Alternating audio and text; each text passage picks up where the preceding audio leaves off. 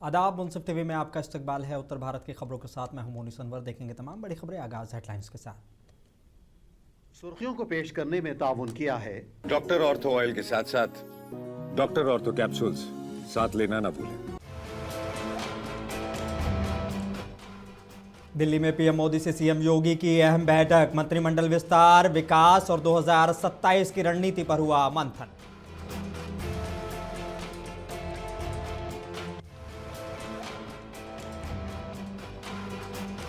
UP police भर्ती में युवाओं को बड़ी राहत। 32,679 पदों पर उम्र सीमा में दी गई 3 साल की छूट।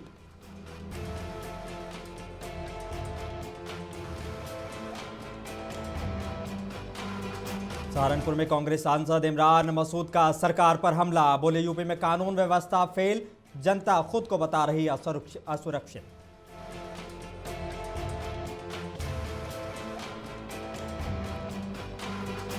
गोरखपुर पहुंचे बीजेपी प्रदेश अध्यक्ष पंकज चौधरी। कार्यकर्ताओं ने किया जोरदार स्वागत। मंदिर में किए दर्शन।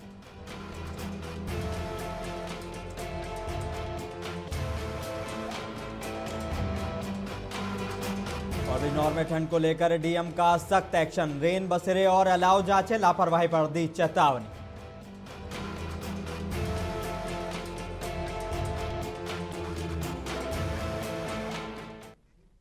आगाज करेंगे कुछ अहम और बड़ी खबरों के साथ। आज उत्तर प्रदेश के सीएम योगी आदित्यनाथ 5 जनवरी को अहम दिल्ली दौरे पर पहुंचे। सुबह करीब 11:30 बजे उन्होंने प्रधानमंत्री आवास जाकर प्रधानमंत्री नरेंद्र मोदी से करीब 1 घंटे तक मुलाकात की है। बैठक में यूपी मंत्रिमंडल के विस्तार, विकास योजनाओं की प्रगति और 2027 विधानसभा चुनाव की रणनीति पर मंथन किया गया है। मुख्यमंत्री ने पीएम को गुलाबी मीनाकारी से बनी राम मंदिर की चांदी की रेप्लिका भेंट की है। इसके बाद सीएम योगी ने बीजेपी अध्यक्ष जेपी नड्डा और कार्यकारी अध्यक्ष नितिन नवीन से भी रणनीतिक बातचीत की है। इन बैठकों से उत्तर प्रदेश की सियासत में हलचल तेज हो गई है और संगठनात्मक फेरबदल की चर्चाएं जोर पकड़ रही हैं।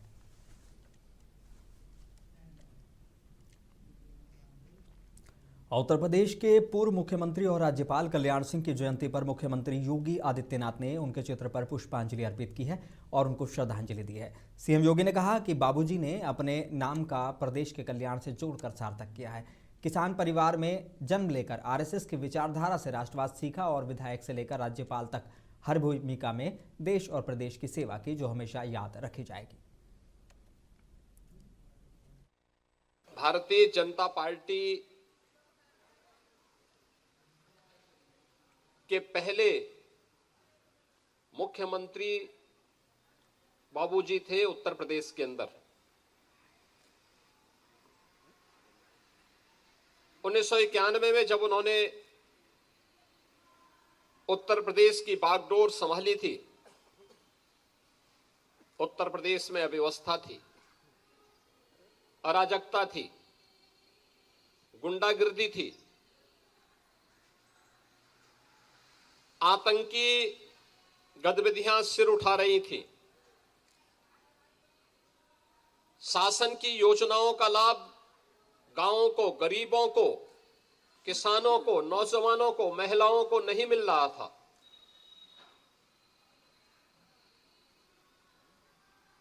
एक ओर अराजकता थी, कुव्यवस्था थी और दूसरी ओर 500 वर्षों की गुलामी को दूर करने के लिए छटपटा रहा हिंदू समाज। उन स्थितियों में बाबूजी ने उत्तर प्रदेश की कमान अपने हाथों में ली थी। उत्तर प्रदेश में पुलिस भर्ती को लेकर सरकार ने बड़ा फैसला किया है। सीएम योगी आदित्यनाथ के निर्देश पर 32,679 पदों की भर्ती में अभ्यर्थियों की आयु सीमा में 3 साल की छूट दी गई है। ये राहत उत्तर प्रदेश पुलिस और जेल विभाग की सीधी भर्ती, आरक्षी, पीएसी, विशेष सुरक्षा बल, महिला बटालियन और जेल वार्डर पदों पर लागू होगी। सरकार ने साफ कहा है कि यह फैसला युवाओं के हित में लिया गया है।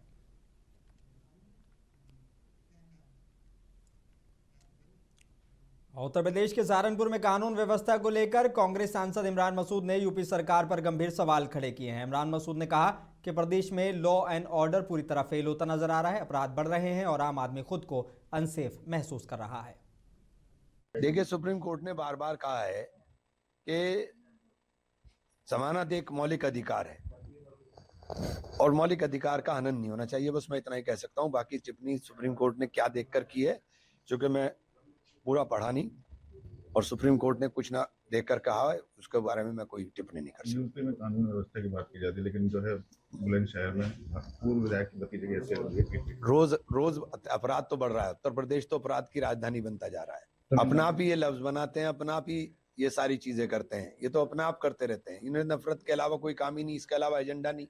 ये बात करें कि देश के अंदर, बांग्लादेश के अंदर जो हिंदुओं के ऊपर अत्याचार हो रहा है, उसके ऊपर तो आप बोलेंगे नहीं। आप अडानी की बिजली काट दीजिए बांग्लादेश को, बांग्लादेश का दिमाग ठीक हो जाएगा। आप करेंगे नहीं। गोरखपुर पहुंचे भाजपा के प्रदेश अध्यक्ष पंकज चौधरी का कार्यकर्ताओं ने ढोल नगाड़ों के साथ शानदार स्वागत किया है। एयरपोर्ट से सीधे वो बीजेपी क्षेत्रीय कार्यालय के लिए रवाना हुए, जहां कार्यकर्ताओं को संबोधित किया। बता दें कि इसके बाद शाम को वो गोरखनाथ मंदिर में पूजा अर्चना भी करेंगे। कल पंकज चौधरी महाराजगंज जाएंगे, जहां पार्टी कार्यकर्ता उनका स्वागत करेंगे। देखिए, ये मेरा खुद का गिरी जनपद है और जिस भाव में मैं देख रहा हूँ कार्यकर्ता उपस्थित हुए हैं, उससे मेरा मन बहुत गदगद है और निश्चित तौर से जो पार्टी ने दायित्व हमें दिया है उस दायित्व में। और दिल्ली में पूर्व केंद्रीय गृह मंत्री मुरली मनोहर जोशी के जन्मदिन समारोह का आयोजन किया गया है। इस अवसर पर उत्तर प्रदेश के उप मुख्यमंत्री ब्रजेश पाठक ने कार्यक्रम में शिरकत कर उन्हें मुबारकबाद दी है। उप मुख्यमंत्री ने डॉक्टर जोशी के राष्ट्र निर्माण में योगदान को याद करते हुए उनके दीर्घायु और स्वस्थ जीवन की कामना की। कार्यक्रम में कई सीनियर नेता और गणमान्य लोग मौजूद रहे। भारतीय जनता पार्टी के पूर्व राष्ट्रीय अध्यक्ष, भारतीय जनता पार्टी के बहुत ही वरिष्ठ नेता, हम सबके अभिभावक आदरणीय मुरली मनोहर जोशी जी का आज जन्म दिवस है। हम सब कार्यकर्ता उनके जन्म दिवस के अवसर पर उन्हें बधाइयां देने के लिए आए हुए हैं। आदरणीय मुरली मनोहर जोशी जी का पूरा जीवन देश के आम नागरिकों के प्रति, गरीबों के प्रति समर्पित रहा। भारतीय जनता पार्टी के स्थापना काल से ही उन्होंने कार्यकर्ताओं में ऊर्जा भर करके इस देश को एक, मैं कह सकता हूं, बड़ा नेतृत्व देने का काम किया, मार्गदर्शन देने का काम किया।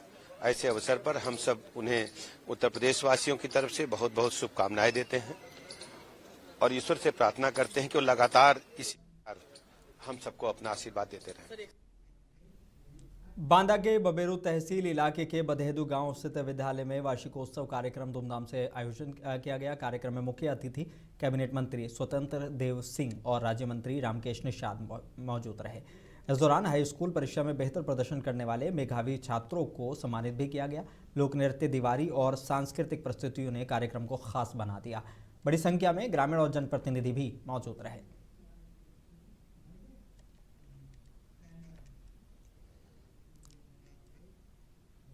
मुरादाबाद के मोहल्ला पीरगैब स्थित हजरत सुल्तान साहब की दरगाह पर 4 दिवसीय सालाना उर्स मुबारक का आज अकीदत के साथ समापन हो गया। आखिरी दिन विरासी कुल और लंगर का आयोजन किया गया, जहां अमन शांति की दुआ की गई। इस मौके पर समाजवादी पार्टी की मुरादाबाद से सांसद रुचि वीरा, कांट विधायक कमाल अख्तर समेत कई नेताओं ने चादर पोशी कर दरगाह में हाजिरी दी है।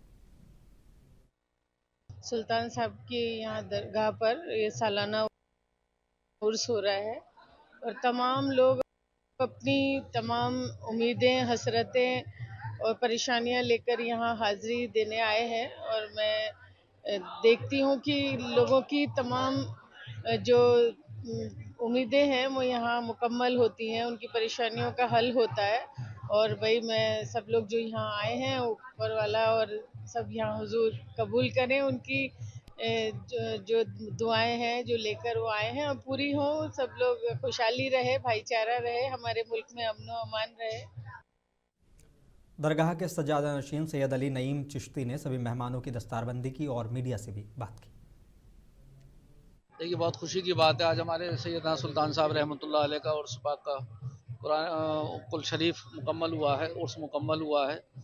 उसमें हमारी बहन मुरादाबाद की MP तशरीफ़ लाई हैं।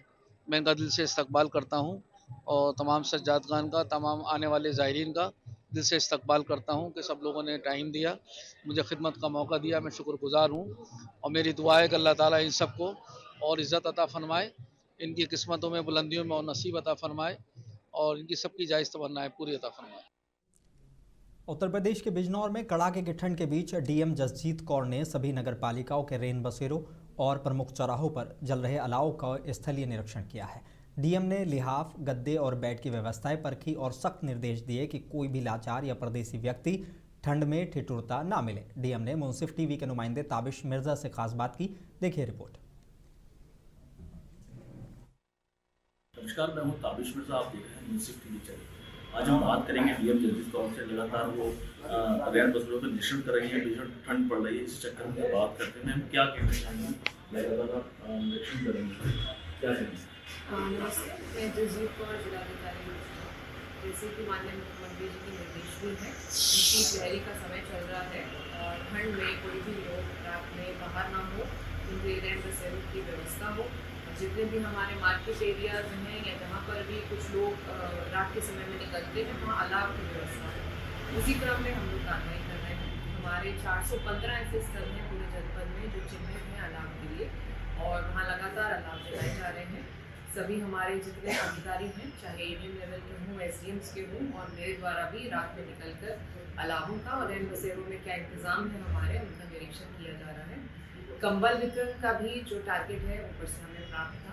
5000 कंबल हम लोगों ने क्रय किए थे और वो हम लोग बांट चुके हैं और फर्दर हम लोग और तैयारी कर रहे हैं। जहां हमें ऐसे ज़रूरतमंद लोग लग रहे हैं उनको हम लोग कंबल जो है उपलब्ध कराएंगे।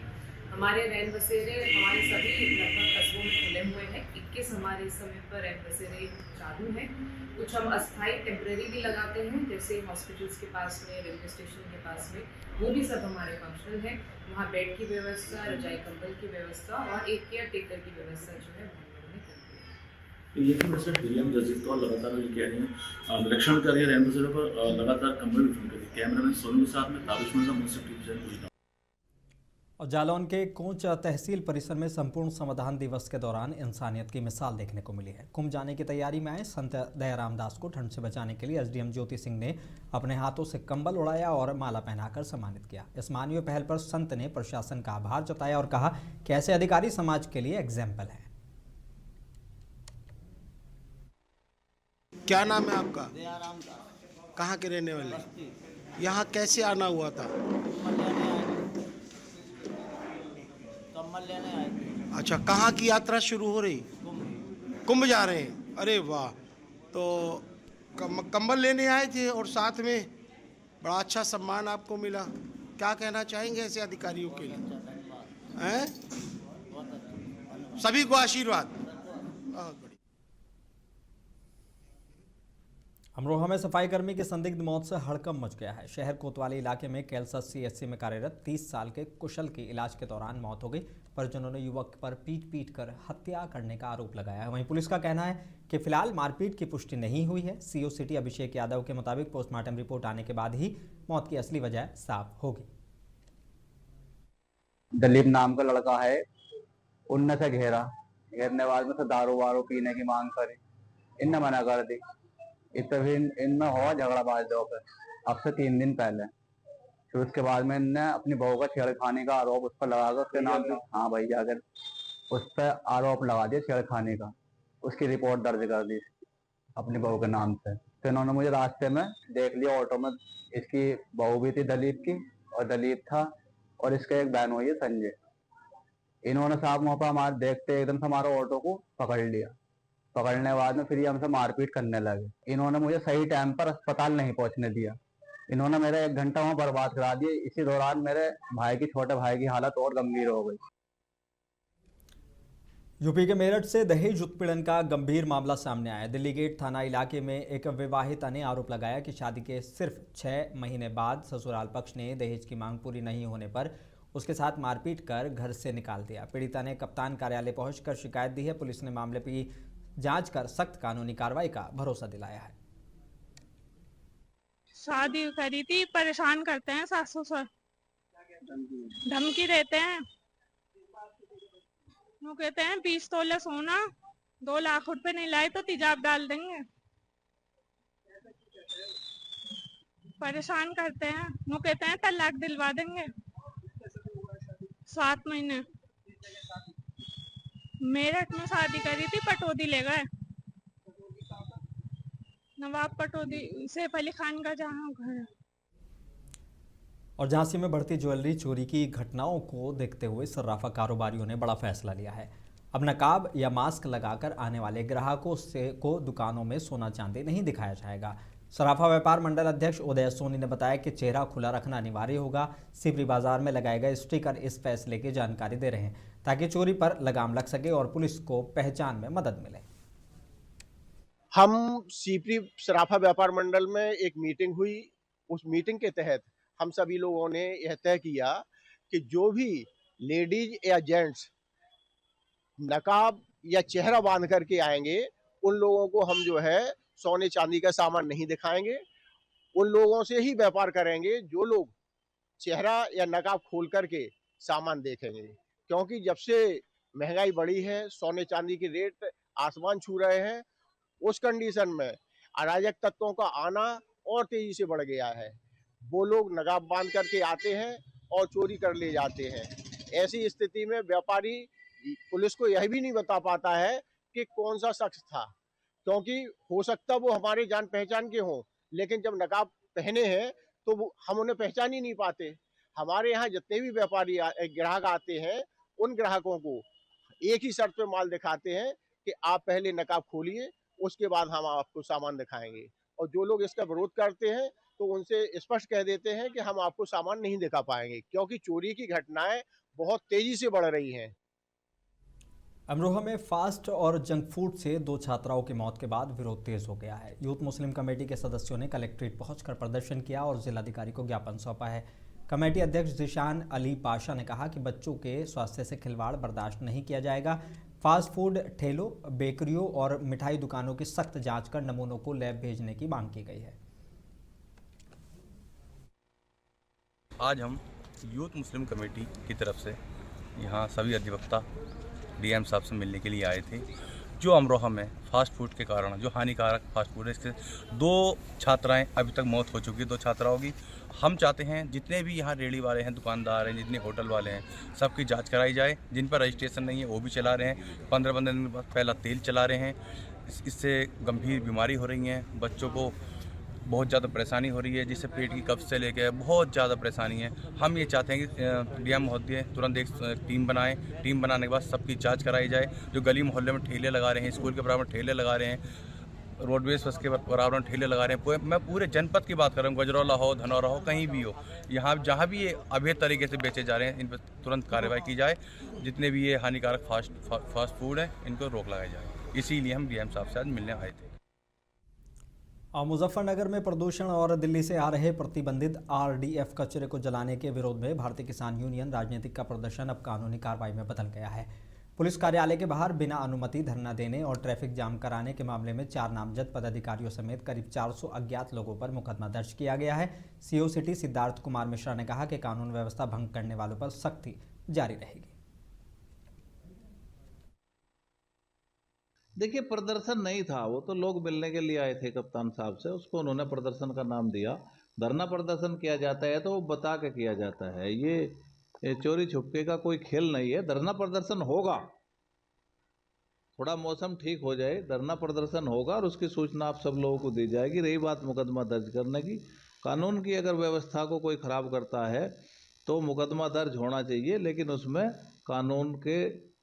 कानून 2 तरह से काम ना करे। कानून सबके लिए बराबर होना चाहिए। इस मुजफ्फरनगर में रोज पूरे मुजफ्फरनगर को, पूरी भोपा रोड पे जो गांव है, जटमुंजेड़ा, मुखियाड़ी, चांदपुर, निर्गाजनी, जो तमाम गांव हैं, उनको रोज जो है कूड़े के धुएं से, कूड़े को जलाकर उसके धुएं से लोगों को धीमा जहर दिया जा रहा, उनकी सांसें छीनने का काम किया जा रहा और पुलिस प्रशासन आंख मूंद के बैठा है। बांदा के बबेरू तहसील सभागार में संपूर्ण समाधान दिवस का आयोजन किया गया। जिलाधिकारी जे रिभा और पुलिस अधीक्षक पलाश बंसल की अध्यक्षता में हुई बैठक में 104 प्रार्थना पत्र प्राप्त हुए हैं, जिनमें 5 का मौके पर ही निस्तारण किया गया। शेष शिकायतों को संबंधित विभागों को भेजा गया है। अधिकतर मामले भूमि विवाद, पुलिस, बिजली और पानी से जुड़े हुए हैं।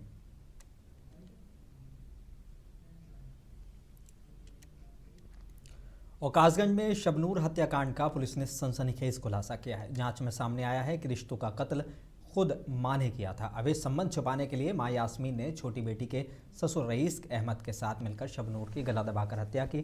शव को गुमराह करने के लिए ससुराल मोड़ पर फेंका गया। पुलिस ने दोनों आरोपियों को जेल भेज दिया है। वहीं खुलासा करने वाली टीम को 25,000 रुपए के इनाम देने की घोषणा की गई है।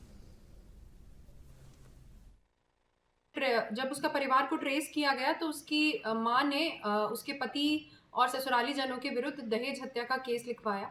इसमें जब आगे सीओ साहबर के द्वारा इंटेंस इन्वेस्टिगेशन की गई तो ये बात निकल के सामने आई कि जो मृतका थी शबनूर, उसकी मां यास्मीन और यास्मीन के एक साथी रईस ने मिलके इसकी हत्या की थी और ये लोग उसके ससुराली जनों को दहेज हत्या के केस में फंसा के उनसे अवैध उगाही करना चाहते थे। इस उद्देश्य से इन दोनों ने मिलकर उसकी हत्या की थी। इसमें जो दूसरा आरोपी है रईस, वो मृतका की एक और सगी बहन का ससुर है। तो मृतका की मां और मृतका की बहन के ससुर ने मिलकर ये घटना कारित की है। शाहजहांपुर में पुलिस को बड़ी कामयाबी मिली है। एसएसपी राजेश द्विवेदी के निर्देश पर चौक कोतवाली पुलिस ने 3 वाहन चोरों को गिरफ्तार किया है। प्रभारी निरीक्षक अश्विनी कुमार सिंह के नेतृत्व में पुलिस ने डैम रोड ककरा पुल के पास से गुरनीत, रेहान और सुल्तान को गिरफ्तार किया है। आरोपियों के पास से 3 चोरी की बाइक, एक मोपेड, बाइक के पार्ट्स और वारदात में इस्तेमाल बाइक बरामद की गई है। जनपद में बाइक जो चोरी हो रही थी, स्कूटी, मोपेड इत्यादि, इसके लिए सभी जो थानाध्यक्ष हैं और क्षेत्राधिकारियों को निर्देश दिए गए थे कि इसमें काम करें और वाहन चोरों को पकड़ें। इसी क्रम में थाना कोतवाली पुलिस ने अच्छी सफलता प्राप्त करते हुए 3 वाहन चोरों को पकड़ा है और इनके पास से कई मोटरसाइकिलें, एक मोपेड और इवन एक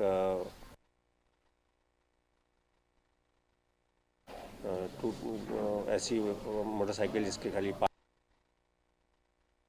पार्ट्स हैं, ये बरामद हुए हैं। उत्तर प्रदेश के उन्नाव से एक संवेदनशील मामला सामने आया है। धवन रोड मार्केट में बिक रहे लोअर और टी-शर्ट पर धार्मिक नाम लिखे होने पर व्यापारियों ने आपत्ति जताई है। दुकानदारों का कहना है कि रोजमर्रा के पहनावे पर ऐसे नाम लिखे होना धार्मिक भावनाओं को ठेस पहुंचा सकता है। व्यापारियों ने सर्वसम्मति से फैसला लिया है कि ये माल न बेचा जाए और न ही आगे मंगाया जाए और फिलहाल मामला शांतिपूर्वक सुलझा लिया गया है। ज़्यादातर टी-शर्टों पर अल्लाह मोहम्मद और इस तरह की चीज़ें लिखी गई थी। टी-शर्ट और लोवर दोनों पे लिखा हुआ है। क्या लिखा हुआ है? अल्लाह मोहम्मद और रसूल लिखा हुआ है। किस पे लिखा हुआ है ये? लोवर पे भी लिखा है, नीचे थाई पे और टी-शर्ट पे लिखा हुआ है। मिक्की माउस के कान में लिखा गया है कि खास करके कोई कायदे से न देख पाए। कितनी दुकानों में माल आया है? ये उन्नाव में 2-4 दुकानों पे दिया गया थोक में और ये दिल्ली से माल लाया गया है। जिसने लाया है उसने बताया। दिल्ली में कहाँ पर से आया माल? दिल्ली में GMD कुछ करके बता रहा था कंपनी। शाहीन बाग। तो ये बताइए कि माल आया है।